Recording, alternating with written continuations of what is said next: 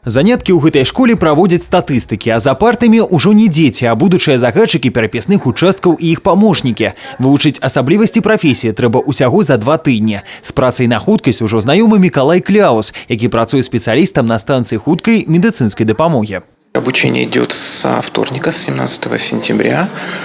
Какие-то вопросы возникают, но персонал статистического управления нам все очень доходчиво объясняет и по пунктам раскладывает процесс введения необходимой информации.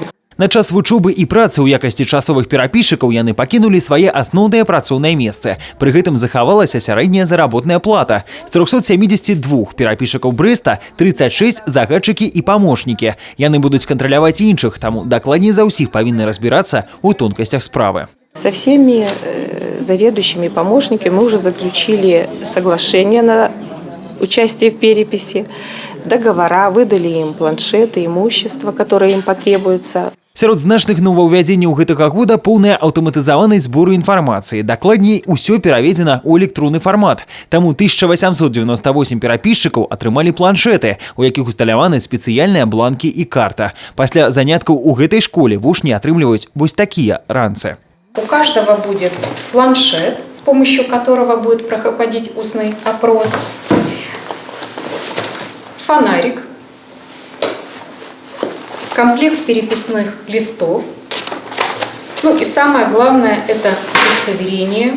Яго, перш за ўсё, абавязаны прад'яўляць перапісчыкі. За адсутнасці на пасведчанні фотаздымка можна папрасіць іншыя дакументы, пацвярджаючы указаную на бэйджы асобу. А вось перапісныя лісты засталіся ў актыве на ўсялякі выпадак. Напрыклад, разрадка планшета ці адказ саміх грамадзян. У такім выпадку дадзеныя ўсё роўна пераносяцца ў электронныя бланкі. А вось актыўныя карыстальнікі інтэрнэту могуць абысціся і без перапісчыкаў.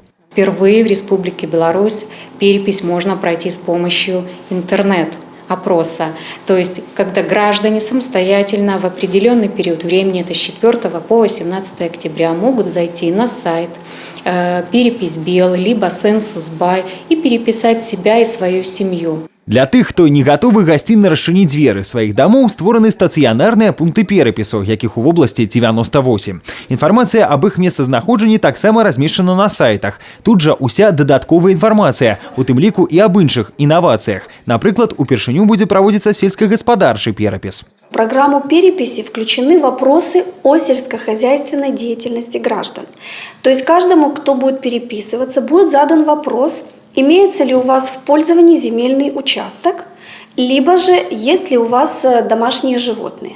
Если человек отвечает, что да, есть участок или животное, тогда будет задан вопрос, какого размера этот участок, какие сельскохозяйственные культуры произрастают на участке, какие есть плодово-ягодные насаждения и какие виды животных и птицы домашние. Эта информация, она очень необходима для того, чтобы понять, каким потенциалом в области сельского хозяйства обладают наши домашние хозяйства. Што да галоўнага новаўвядзення электронных перапісаў, іх дадзеныя, як і раней, будуць апрацоўваць статыстыкі, каб пазбегнуць тэхнічных недахопаў.